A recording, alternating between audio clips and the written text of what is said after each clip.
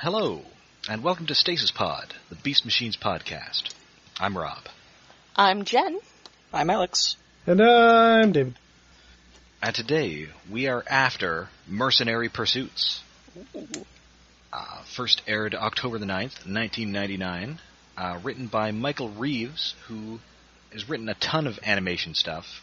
Wrote a lot of Batman the Animated Series. Wrote an episode of Generation 1, the big broadcast of 2006. Oh. And he wrote Batman Mask of the Phantasm. Oh, wow. Oh. Yeah. That's pretty good. And I think he wrote that one episode of Real Ghostbusters with Cthulhu. That's a good pedigree. Oh, what was that episode? Yes, The Collect Call of Cthulhu. Oh! This is probably going to be our best episode then, maybe, with that pedigree. I love that episode so much. Oh, and also a ton of that old Dungeons and Dragons cartoon. Ooh. Oh, man. Wow. Evil Peter Cullen. Wrote like 20 episodes of Gargoyles. Oh. Wait, was it first or second season, or was it that weird third season? Let's see. I suppose this is a very important distinction to make. Yes. In fact, he wrote for, looks like just the first 2 seasons. Oh, okay. In fact, he wrote the 5-part pilot. Huh. Wow. Ooh. And also that episode where they turn people to stone and Damona's just walking through the city smashing people with a mace. Oh, that episode. That episode is super messed up. It is. How did they get away with that? Disney. I mean, because I guess they didn't show us the, aftermath when they're just bits of meat all over the streets. As long as it's just implied that they're horribly slaughtering people, it's okay. That's right. So yeah, Michael Reeves, he's good, and he wrote a couple other episodes of Beast Machine, so we'll be coming back to him.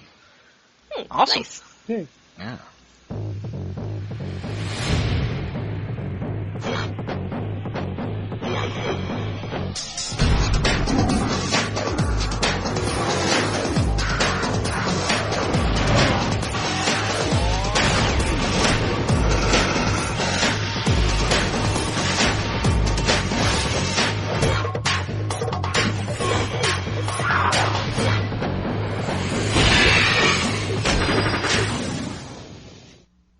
So we open with Vehicons. So Yes, we do. I noticed that Megatron pretty much immediately regrets having gone back to having lackeys. Yeah. Kinda yes and no. 'Cause at least he has someone to shout at now. I've missed Megatron ordering his useless underlings around, and so has he.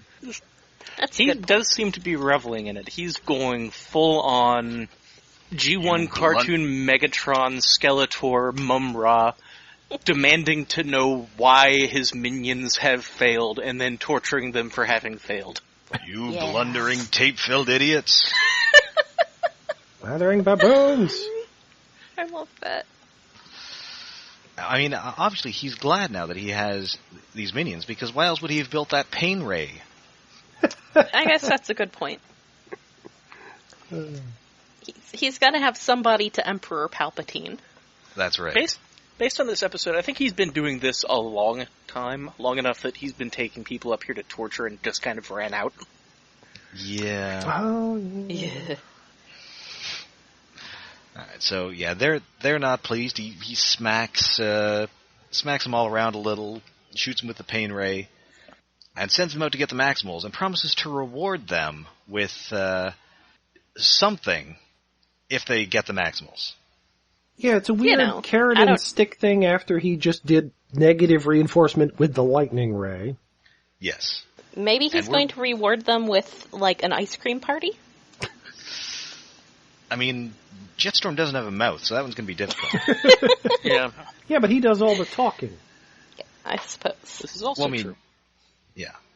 So, I mean, we later get an idea of what the reward is for one of them at least, but it doesn't make as much sense for the other two. But we'll get to that when we get to it. Yes. Also, Brian Dobson doing Jetstorm here is just, A, he's super delightful, and B, this is the first time I think I've heard a hint of Vegeta in his delivery. Brian when he gets angry, it's a little Vegeta. Yeah. Yeah. Well, good. A little more of that roughness to the voice. Yeah. Yeah, Vegeta That's always... when he's yelling. Vegeta always sounded to me like a short man. And Jetstorm doesn't quite sound like an angry short person. Well, no, I mean, Jetstorm is, he's so tall he never touches the ground. Yes. Yeah. And also, Vegeta is short. Yeah. That's true. Meanwhile, they go out, and we actually open this episode with about 5 solid minutes of Vehicons. Yeah. Almost as much, yeah. And pretty immediately, a rivalry develops between Jetstorm and Thrust. Yeah, because Thrust is, of course... I wouldn't call it a rivalry. They just attack each other. Yeah. Yes. Well, first, Yes. it's understandable because Thrust is trying to go his own way, and Jetstorm's like, "Hey, what's up?" So, of course, Thrust gets angry at him saying that line. And they start fighting. I hated that commercial. It was everywhere. It was all over wrestling. There was no way to avoid it. It was just the background noise of life for a few years. I couldn't even avoid it on, like, indistinct future Cybertron. Nope. Which commercial? The Budweiser What's Up commercial. Oh, right. I keep forgetting that even is a commercial. It's better that way. It's just such a, multifaceted cultural phenomenon now. It's not. So yeah, they fight, and they pay Tankorr no mind because he's basically, he's a non-entity to them. Yeah. Also, he's not, like, getting involved, so... And yeah, I guess it's probably because he's stupid, so they're like, He won't. He's not worth our time. And he's also very single-minded, probably because his mind can only handle one track at a time. He still sounds very much like he's struggling to live. Yeah, his life is pain. Yeah, he's definitely got that "my life is pain" sound to his voice. Why his shoulders hurt? I don't know. Maybe it's that cannon. Yeah, good point. That would probably be a real strain to have to carry around all the time. Yes. So meanwhile, the Maximals, Optimus Primal is, I guess Black Arachnia told him about all that stuff that she remembered, because he has, I guess, found the wherewithal to get a little holographic projector that projects the heads of Rhinox and Silverbolt. Yeah, that's kind of a lot. So he can feel bad about them. Kind of a lot to miss between episodes, but it does give us Primal missing his Rhinox, which is nice. Yes. It is. And I also have to agree with Rattrap. Yeah, it might have been better not to tell him. Yeah. Now he's just going to feel bad about it. We're all going to feel bad about it. It's true. Yeah. But good news, because thanks to Primal's nebulously mystical powers, he can sense a familiar spark. So he says. I wonder what it could be. So this time, he goes with Black Arachnia, and Cheetor goes with Rattrap. Yeah, change up the dynamic, that's good. Yeah, they do seem to be doing that a lot. I don't think we've had 2 of the same character pairings for the past few episodes. No, I don't think we have. Huh. That's nice, because it happens in so many shows where it's always the same characters pairing off to go do whatever. The Scooby-Doo conundrum happens. Although, I mean, we did have a lot of that in Beast Wars, because it was often Rattrap and Dinobot. Yeah, well, yeah, that's what I mean. It's even more of a change now. Because it was usually Rattrap, Dinobot, or Cheetor, and whoever would put up with him. Often Cheetor and himself, really. Yes. I was just thinking, on most shows, they would probably have specific pairings to avoid having the same voice actor voicing a conversation with himself. But with Scott McNeil, you're kind of doing it so he can do that. Yes. Kind of unavoidable there. Well, yeah, in Beast Wars, in Beast Machines, so far, he's just one dude. I know. It must have been sad for him. Yeah. Yeah. So many fewer paychecks. Who am I going to get into conversation with now? Gary Chalk? You'd have to talk to Gary Chalk. That's no fun. Oh, I bet it is fun, though. I'm sure, you guys have seen Gary Chalk at conventions. I'm sure he is a delight. Yeah, he's fun. Yeah. And as luck would have it, Rattrap, of course, stumbles into a laboratory that was apparently used specifically by Megatron. Yeah, a secret virus lab. He's actually being competent for 5 minutes and 5 seconds. Sneaking in there through the 5 seconds. Sneaking in there through the air ducts. Yeah. I can't get over how ready. cool the warehouse looked. Yeah. It does look really cool. They decide to go in there because it's locked down like something important. Yeah, it is one of the few buildings. And so they figure it locked must be important. You know, it's like in that movie Ant-Man. All they know about Michael Douglas's house is that there's a big safe in it, and so they assume there must be something cool in that big safe. Yeah, I mean, it's a reasonable assumption. Yeah. And they were right. I also like their sort of Cybertronian, I guess, biohazard symbols in there when we get in there. Ooh. Yeah, it's very nice set design. Yes. And actually, this show has consistently had very nice set design. We're going to get a lot of that in this, and also in the subsequent episode. Yeah. Well, because they don't have to design like a big expansive plain with trees and everything. Now, buildings, they're more fun. We could just throw laboratory equipment all over the place. It'll look neat. Yes. Yeah. So anyway, they discovered this is where Megatron made that transformation virus. And it also contains a counter virus. Which is some kind of device. Yeah, thing. it kind of looks like, Rattrap's head. Yeah, a little bit. I took that to be some kind of like robo-syringe. Yeah, it's sort of like the top half a gun and the bottom half looks like a wheel. It's weird. It's a thingy. It's definitely a thingy. It's good news for Rattrap. Rattrap finds this. He's very excited about it, and Cheetor, in his infinite wisdom, decides to leave him alone with it. To go tell Optimus, which good instincts, but maybe misapplied. Yes, that's exactly what this Rattrap to go tell Optimus. Yeah, well, because Cheetor doesn't realize that his character progression has accelerated, but Rattrap's has gone into retrograde. Well, I mean, his character progression hasn't entirely gone forward, because once again we're going to have to set the Cheetor does something stupid counter back to 0. Yeah. Well, I mean, he does tell Rattrap not to touch anything, but surprise, it doesn't work. Surprise, he touched something. It's Cheetor being surprised that he has to be the responsible one here. Yeah. It's messing with him and us. Yeah. I mean, I guess it's just a sign of how much the characterization has changed, but yeah. I don't think this would have been an issue with Cheetor with Rattrap in the past. No. Well, I mean, part of it is that Rattrap now is kind of desperate in a way that he previously wasn't. Wait, didn't Rattrap do something once before where, like, he crossed his fingers behind his back or something? Or was that Dinobot? Somebody did that. I can't... I think it was Dinobot. Yeah, I mean, I know that Rattrap has certainly done dumb things in the past. Yeah. Like in A Better Mousetrap. Yes. Yeah. But he swears... But in this case, I mean... He swears upon Rat's honor, which in itself is a dubious concept. Yeah. Okay, yeah, that's where maybe Cheetor gets the did something stupid today sign reset. Yeah. Yeah.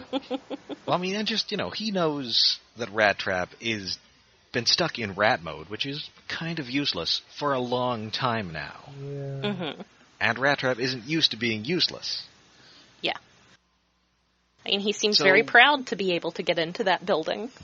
Yes. Poor guy. Yeah. So, anyway, it's about this time. So Cheetor goes, Rattrap has this thing, and now Tankorr, who has not been busy beating up the other Vehicons, shows up. Yeah, his vehicle mouth is still super scary, and it makes me uncomfortable. It's more scary because, like, in the first episode, he didn't talk that much. He had like 3 words he said over and over. Here he's stringing maybe 4 words together. Yeah. Go. He's stringing more words together and flapping it around, and just his weird stapler mouth that, for some reason, it kind of reminds me of like a lighter. I don't know why. Like the grill. The bit at the front with the sort of holes and the that makes me think like an old style lighter. Yeah. So he finds the monkey and the spider and just starts shooting things. Yeah, but luckily they can transform to beast mode and he can't find them. Unfortunately, Rattrap has taken the transformation enhancer and can finally get into his robot mode, and we finally see it, and it's not great. I noticed previously when they're in the lab and he's messing around with the computer and realizing what's in there, it shows there's like a little wireframe diagram on the screen of his robot mode and his beast mode, and it only shows the robot mode from the waist up. Yeah. I can see why they'd do that. Also, Yeah. that actually gives me a theory about this. That wasn't the lab where Megatron engineered the virus, and as we're about to see, that counter-virus is doing exactly what it was designed to do. I think this was a honeypot trap. Maybe. Huh. Yeah. That's a thought. But, well... I can see that, although, I mean, there don't appear to be any, like, Vehicon drones there or anything. Well, that's the thing. It was a trap to pull them in so they could slip rat trap this thing that was going to mess them up. Or maybe not just Or if any of them tried it. It's going to make I don't them... know if Megatron knows that Rattrap is having these problems yet. No, that could have been a trap Whether he knows set or up ahead not. of time. Like, it was a trap Yeah, that for could the have been. Cybertronians before. Could have been a trap in the first episode, even, when they didn't have the whole reformatting thing done. Yeah. That is true. And also, they can't get scanned in beast mode, but they can in robot mode, so even if they don't have people there all the time, yeah, it's totally going to make them light up like a giant flare. Yeah. Anyway, Rattrap comes in and says, "Hey guys, looky what I can do," and then transforms into his robot mode and... Oh god, I hate it. He has no legs. I well, think that's not the part that bugs me so much. He's Professor X with a newsboy cap. the weirdest thing about it, and for some reason I just hadn't, like, even though I had the toy and everything, I didn't really, I had forgotten or whatever, but, like, from about mid-torso down, he just has all these, like, really skeletal features. Yeah, like his hips are sticking, his hip bones, which he should not even have as a robot, are like jutting out crazily. It's Yeah, and he doesn't have a disturbing. waist so much as sort of a spinal column, and Yeah, it was way creepier than I remembered. And also his chest plate kind of looks like exposed flesh. Yeah, and it's all red and looks like ribs. just horrifying. Like the fact that he doesn't have legs, he's wheelchair bound as an effect, but So problematic. everything else is just like horrific looking, and I don't like any of it. I do I kind of like the wheels. It's one of the few design influences they seem to be taking from transmetal forms instead of brand new concept art or harkening back to the season 1 of Beast Wars. If the wheels were the one weird thing about him, it wouldn't be a problem, but everything else is just so bizarre that, ugh. Yeah. Although a lot of the design elements are right from the toy. Well, yeah, but it's still creepy. Yeah. Yes. And he's got like weird little whiskers on his face now. His previous robot modes had exposed brain looking things on top, but somehow this is creepier. I guess that's true. How? Magic. I wonder if it's kind of trying to keep playing on the whole thing he's got going on in beast mode, where he kind of seems like he has some exposed spots, like a rat that has the plague and is kind of festering. Well, I mean, he is a rat, so I guess that's a good point. Yeah. Rats are associated with plague and disease. Not pleasant looking. But unfortunately, he can't quite just stop at robot mode, as he keeps ending up in various body horror scenarios where he's kind of halfway between. Including in one scene in which he is both Rosie Greer and Ray Milland in the incredible two-headed transplant. Yeah, when he has both robot and beast head at the same time, that's the most horrific. It made me feel ill just looking at it, and it doesn't. And they're both speaking in unison. Yeah. Yeah. It's a real Ratchet Megatron kill us kind of thing. Oh, They yeah. definitely succeeded at the body horror thing they were going for, and I don't think they realized it would be even more effective because we hadn't seen his robot mode yet, and it's horrifying. Yes. There was one cute bit though where his robot head just has rat ears on the top. Yes. Well, his robot head That was kind of has ears too on the. They're just on the sides, not on the top. Well, no, like his rat ears, like actual sticking up rat ears, adorable rat ears. He's a real Brundlefly in this episode. Yeah, it's creepy. Some Cronenberg stuff, man. Yeah. They made him into a Cronenberg. So, unsurprisingly, Tankorr manages to detect all this commotion, and he traps the Maximals under a giant punch bowl. As you do. Well, he's Although confused before that, he's confused for a bit. We get You go. Okay, I really enjoy this fight scene where all the Maximals are taking on Tankorr. Although there is a shot that is blatantly lifted from the Matrix. Oh, yeah. They just bullet time it right up. Like, oh wow, remember the Matrix, guys, which is some impressive turnaround because this is the same year as the Matrix. Yeah. Well, people who would be working on a show like this would probably be super into the Matrix. Wait. Oh yes. Was that jump kick in the trailers for the Matrix? Gee, I don't know. I should look that up. I don't even I'm know almost if I saw sure the it trailer for is. the I think Matrix. it was, yeah. So, Okay. so when the trailer came That's out, they even were better. making this episode. Which, now we can figure Boy, out the lead time. that's risky. I mean, you Yeah. can put that in there, and then, like, the Matrix turns out to be terrible, and then, gee, remember that movie, The Matrix? It was terrible. Well, at least it's a cute, cool Well, that one looking shot was cool, at least. Yeah. Yeah, the good thing about that is if it was that terrible, then no one's going to think of it. No one's going to associate it with that, and then they're going to think you're super inventive and awesome. Instead of super, we enjoyed The Matrix. Yes. Plus, there's all. Go ahead. Hmm? Oh, there's a fair bit of Matrix in the writing, too. Well, Yeah. And not least by the fact that they keep talking about The Matrix. The Transformers had that first, though.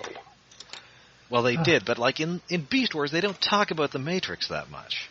True. Well, yeah. Well, they Optimus seem does- to have just brought that into being a more significant factor in the plot here. Yeah. Mm-hmm. It's their own Cybertron. It's weird. Anyway. They're doing weird spiritual things. I Like mean, you've kind of yoga. even got the basic character analogs here. You know, Cheetor is the Keanu Reeves. Black Arachnia is the Carrie Ann Moss. Primal is the Lawrence Fishburne. And I think Rattrap is Joe Pantoliano. He's got the hat. He's got the stupid little hat. I mean, Joe Pantoliano looks like a live-action Rattrap. But she's not as much Trinity as my Beast Machines fan character, who is a moth who in robot mode had moth wings that turned into her trench coat and had bug eyes that were like mirror shades. So she was the Mothman? Well, now you need to do a sequel where she's a lesbian lawyer. Oh, I do.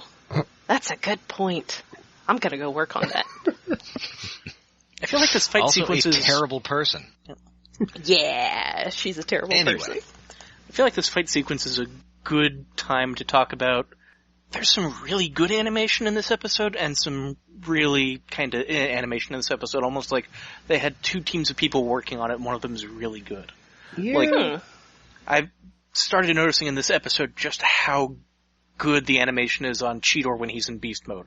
They are nailing Cat in a way that they never got close to doing in Beast Wars. Oh yeah, he looks Yes. less like a cat, but he's more cat-like. It's amazing and weird. But And then also there was the... Sorry, go ahead. well, there's the parts where they're running at the camera, and it's nothing but like speed lines and effects, and like they're running at weird cycles, but the speed lines look kind of neat, if cheap. Yeah, There it are a seems lot like- of speed lines in this episode. Yeah, Yes. it seems like they're kind of experimenting the way they did with the comic book panels in... I mean, this was right around when anime was hitting peak as a thing and not just, oh, it's a type of cartoon. As exampled by half the cast being in Dragon Ball Z. Yes. So, yeah, I think that might have just been them experimenting with, well, anime does this. Will it be cool on our show? No. Let's find out. Yes and Yeah, let's find out. There is a bit with Thrust where he transforms and their speed lines, and I kind of like that bit. Yeah, That did work. yeah, it works better for the Does seem a Vehicons bit in a way. stock animation-y. Oh yeah, Sorry, what'd you Yeah. say? Jetstorm and Thrust have another little fight, beating each other through buildings. And that's another one that made me think, man, the animation is kind of spotty in this one, because earlier when they were fighting, when they threw each other through two windows, it was like the glass just looked like it shattered really weird. And then here they have Jetstorm getting thrown into the side of a building and thwacking against it, and then Thrust rushing off on his own because he spotted the same thing Tankorr did. And it's so disappointing that Jetstorm doesn't deform at all. He doesn't even have a fun splayed out pose. He just hits the wall. Oh, yeah. It's almost like it's not the same people who did Beast Wars. It's just sad. They're ruining it. Although I have to assume it's the same people. Maybe there was some sort of Hasbro mandate that this one is grittier and more serious. Less silly. Less blowing up the characters, maybe? That's sad. Don't blow up the toys we're trying to sell. Well, and also part of it is that they're like techno-organic now, so if you're blowing them up, they're like fluids involved. But with the Vehicons, you'd think the Vehicons at least might lose some limbs and get put back together. That's true. I think that might happen a little later, but not yet. Mm-hmm. Anyway, Tankorr head hurt, but then Tankorr slag Beast Bots. Yeah, he drops a giant punch bowl on him. Yes. And then the other like a radar dish. Yep. The other two Vehicons then immediately show up for a Mexican standoff. Yeah, I wish that scene had gone on longer, but the scene also made me think I really should probably see The Good, the Bad, and the Ugly. Oh, you definitely should. Or you could just rewatch Coming of the Fusors, which also kind of does this. Yeah. Coming of the Fusors is pretty good. Face-off than Mexican standoff between three different guys. True. Because, hey, it turns out Tarantino movies were also really popular in 1999. Yes. Yes, they were. So anyway, while they are doing this, the Maximals managed to get beyond Thunderdome and God, and get out front of this thing. But then a stray shot hits something, which explodes in a weird, crazy kind of way. There's a lot of exploding in this episode. I think they mentioned I think they mentioned earlier in the episode Optimus was complaining, "No, don't shoot at anything. There might be explosives in the crates." Yeah, and then Tankorr shot a thing and it exploded, but this was a really, really, really big explosion. This was a water tower full of nitroglycerin. Coming out of this thing. It looks great, though. Yeah. Oh, it is the best explosion I think they've done in the series. Yes. Yeah, because it goes to white a few times as it blasts past everybody, which knocks everybody out except for Tankorr. And that is so badass because the way they had the entire scene blocked and the way they shot it, Tankorr was standing closest to the thing. Yes. Tankorr was facing it, and then, everyone else is on the ground moaning in pain, and then Tankorr is just, eh.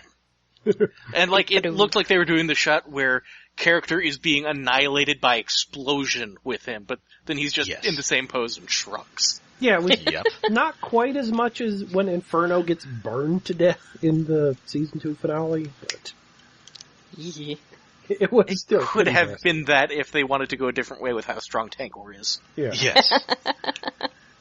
So we come back from commercial, and the Maximals are all trussed up in the Citadel before Megatron. Yay, the Beast Wars are over! Again. Yet again.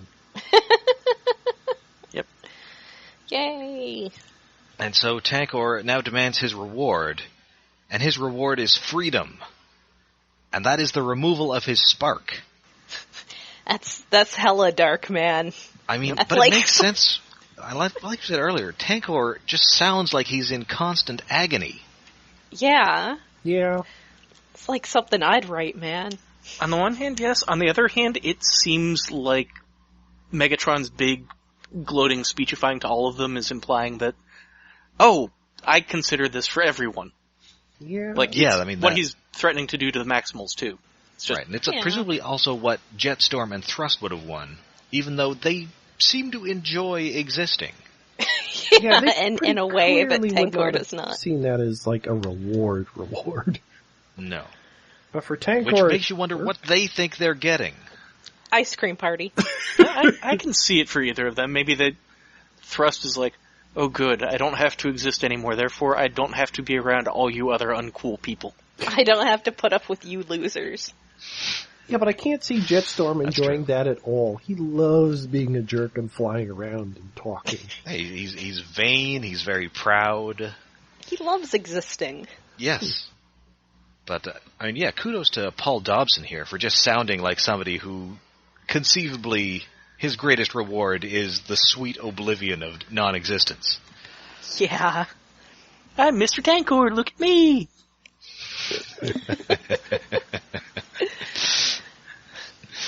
Oh, he's going to help Megatron fix his golf swing. Or he is going to die trying. Yeah.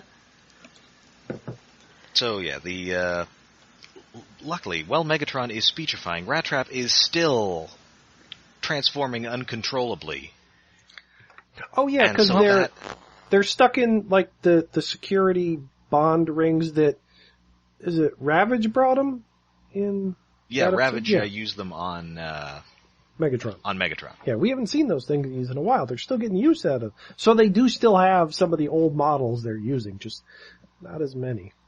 Yeah. I mean, they're back on Cybertron. They've probably got, like, a warehouse of them. We just had a whole bunch of them in the back room. Yeah. In the storage closet. Exactly. So anyway, Rattrap keeps transforming, and eventually that strains these things to the breaking point. And so he is able to release the others, whilst Megatron is still talking. Did it actually break, or did it just loosen enough that he could slip out? I think it broke. We saw the it starts to crack. the metal part, like, cracking. Oh, wow, yeah. Huh. Oh, Megatron. Yeah, so there's a fight, and Primal has a couple of good lines here, where, Optimus has a really dry sense of humor in this episode, and I like it. Yeah. Which is better than him being sad and or mad all the time, which has been happening a lot. Yep. Poor guy. Poor monkey. It kind of reminds me of Beast Wars Primal, which I enjoy. Yeah, I miss that Primal. It's nice when he gets to be action hero and not slightly obnoxious Zen mentor. Yes. All right, so in the fight that ensues, Megatron hulks out again, turns into a dragon, and Primal again uses those nebulous powers and has a real Jim Starlin-looking cosmic communing with Tankorr Spark. Oh, I had forgotten that this was a thing, and as I recall, that's something that just shows up constantly throughout the show, is his giant floating monkey head. Yeah, it's not his monkey head, it's robot mode. Robot mode head. Well, he's still pretty monkey-like. And I think I think his kind of big chin in that is why I was thinking Jim Starlin, because he kind of looks like Thanos. Yeah, I can see it. But then he's talking to Tankor's giant disembodied head, which, without a body, is even sillier looking, and yet that's more a weird looking head. Yeah, especially you stick a fisheye camera on that, and it's monstrous combat. It's a monster Muppet. Anyway, so inside Tankor's head, very underrated sitcom.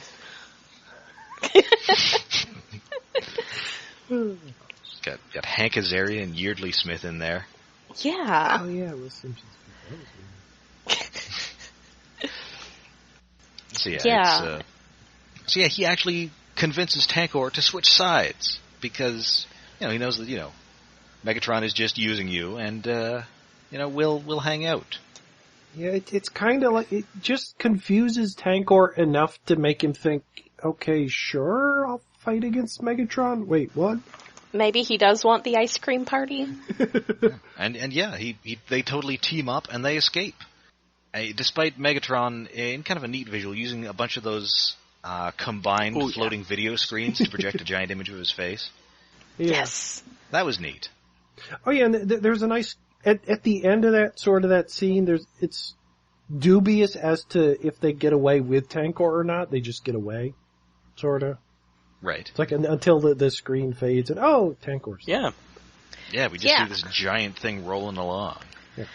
And it really, at this point, it really does look like this is like the happy ending to some lesser cartoon show, and they're all going to go out for ice cream now. Yeah. It's just like our buddy Tankorr here. Thanks, guys. I mean, that would be kind of an interesting plot complication, because, presumably Megatron can detect him. Could they hide him at all? Question. Could Primal reformat him into having a beast mode, which turns out to be a thing that he can do, as we'll see later? Yeah, there's so many possibilities, but instead, Megatron has planned for this eventuality. And he hacks into the Gibson Tankorr. He erases the last 20 hours out of Tankor's memory. He said 20 cycles, and that might be 20 minutes. Yeah, which is about the runtime of that episode up to that point. Yeah, that's the thing. That seemed like a meta joke. These episodes are shorter than Beast Wars episodes by like 2 minutes. Yeah, I think the advertising standards have changed. Yeah. But it's kind of dramatic. I mean, like 2 whole minutes lost. That's and the opening credits are shorter, too. Yeah. Fox had cereal to sell. I guess. Oh, yeah. Yeah, I mean, come on. And all their other shows that they kind of unsuccessfully launched around that time. So, tune into Zyber 9, kids. Yeah. Wait, was that the French one? One of the French ones? I think it might have been French. I know it was in a block. It was that. It was, I think, that Avengers cartoon, which was also terrible. Oh, my goodness. That was not good. One of these days, I need to just do research on that weird period where there were all these French animated TV shows that felt really anime-y. Yeah. Because I have no idea what was going on there. I believe Fox was also airing, Cyber 6, which was also very French, but was actually good, and had the single weirdest premise of any cartoon show that I believe Fox had aired or would ever air. Inasmuch it was about a cross-dressing cyborg. Yay! She was a cyborg? I didn't even remember that. I know she was fighting cyborgs. Cyborg clone or something? Something, I don't know. She was some sort of artificial person who, in her secret identity, was a dude. Yeah. I'm not sure if that's weirder than Beetleborgs. Oh, that's true. Right. Although I did say animated. Yeah. That point. That was a live-action show about kids getting robot superpowers from the ghost of Jay Leno. Oh my goodness, I forgot about that until this point that had the ghost of Jay Leno, by which I mean You're welcome. Some ghost that was clearly Jay Leno. Anyway. I mean, I think it might have been supposed to be Elvis, but it just looked like Jay Leno. Yeah, because it did. Very, very Jay Leno. And also there were a bunch of Universal monsters in that for some reason. Well, because he had a ghost. If you have a ghost, you got to have a mummy and a werewolf and a Frankenstein. Apparently, I don't know. Speaking of, and they all live in a haunted house together, and then the kids hang out there when they're not in beetle robots. What? Yeah. Anywho, and the bad guys all came out of comic books, literally. Anyway, Megatron has hacked the Gibbs, and he's deleted this episode from Tankor's memory, so he's back to being Tankorr Smash. Yes. Primal tries to get back into him, but gets a busy signal. He literally gets a busy signal. From Megatron.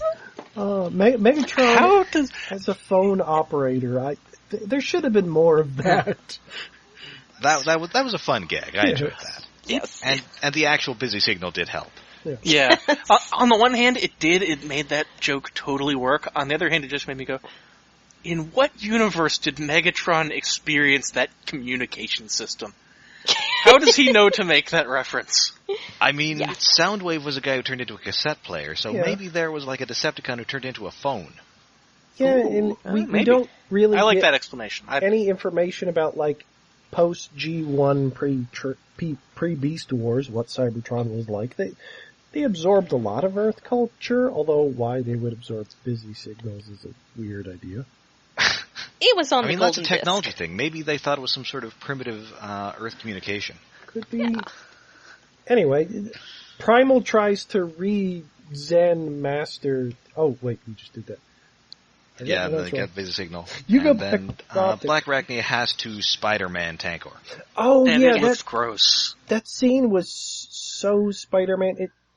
It made me think of, like, Spider-Man versus Juggernaut, but even more like Spider-Man versus the Lizard in whichever Spider-Man movie that was when they finally had the Lizard. It was Amazing Spider-Man with, Reese Ifans playing the Lizard. Yeah. Right, just after he killed Dennis Leary. Or Ghost of Dennis. He was an asshole.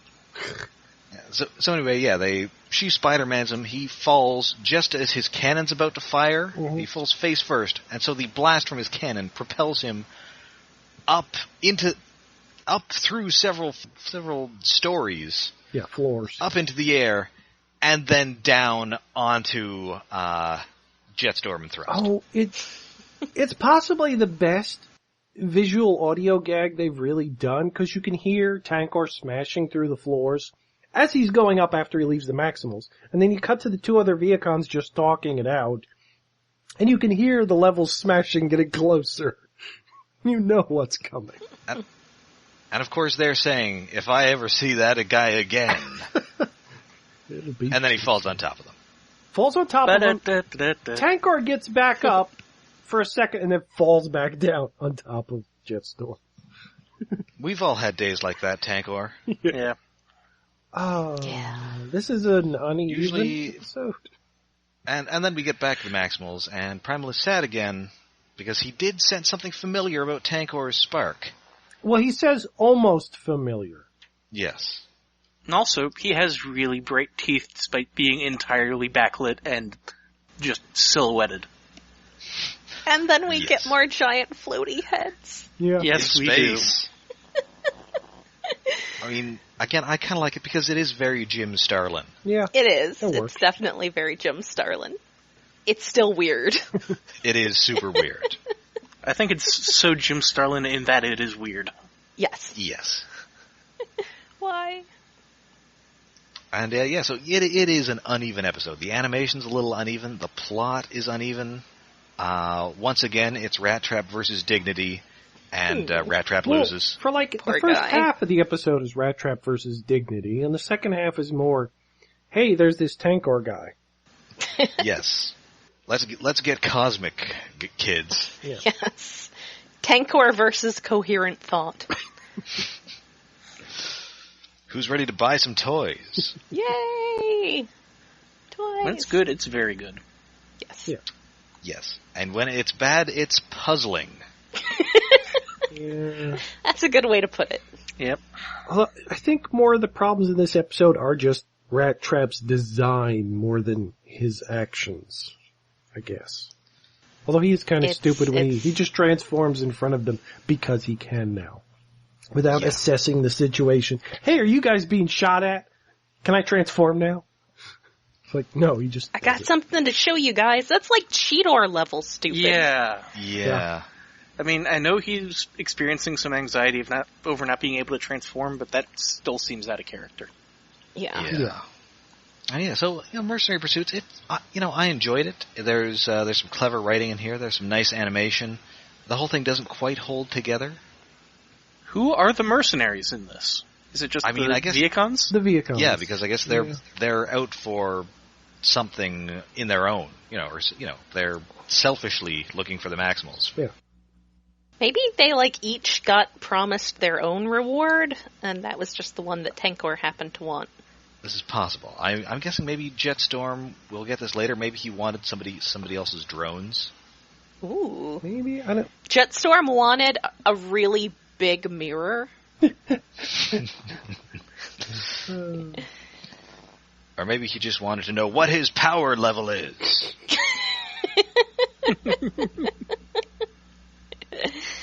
Yeah. I'm sorry, I can't stop. I'm surprised we haven't done that joke yet, but it'll happen. I've already made it on our Facebook page. Oh, yeah, and well. we'll make it again. Rob, you are a bad man. Oh, I'm a terrible person. We have a whole rest of a while to keep making that joke. I'm not going to disagree, but I was referring to Vegeta's pink t-shirt. I know, Oh. and now I'm picturing Jetstorm in it, and I can't stop laughing. Oh, we are all getting sent to the Home for Infinite Losers. Yes. So, speaking of our Facebook page, we have a Facebook page. Yes. Yeah. We have all sorts of internet pages and odds and ends. We are on Facebook at facebook.com/stasispod. We're on Twitter at @stasispod. And we're on Tumblr at stasispod.tumblr.com. And our RSS feed is hosted on iaconunderground.net. We and our news show, Iacon Underground Radio, are also... we have a Patreon set up so we can remain ad-free and also continue actually having a show. You can find us on Patreon/Iacon Underground Radio.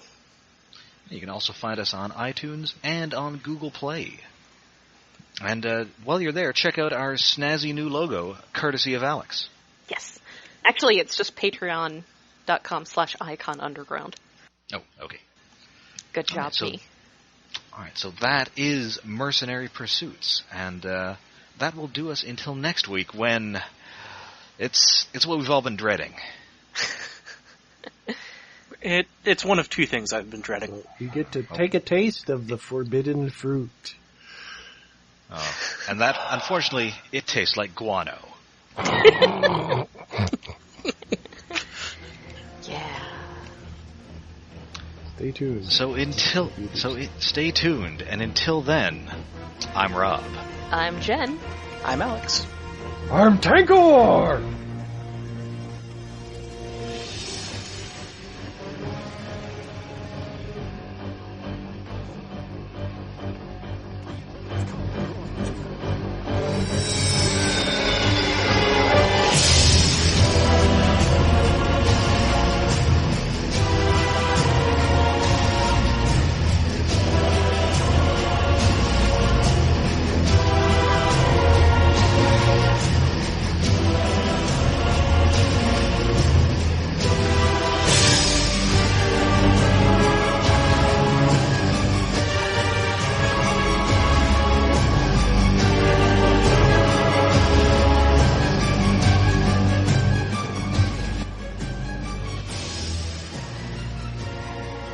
Tankorr Smash? Tankorr edit. Tankorr Graveyard Smash. Where podcast backups go.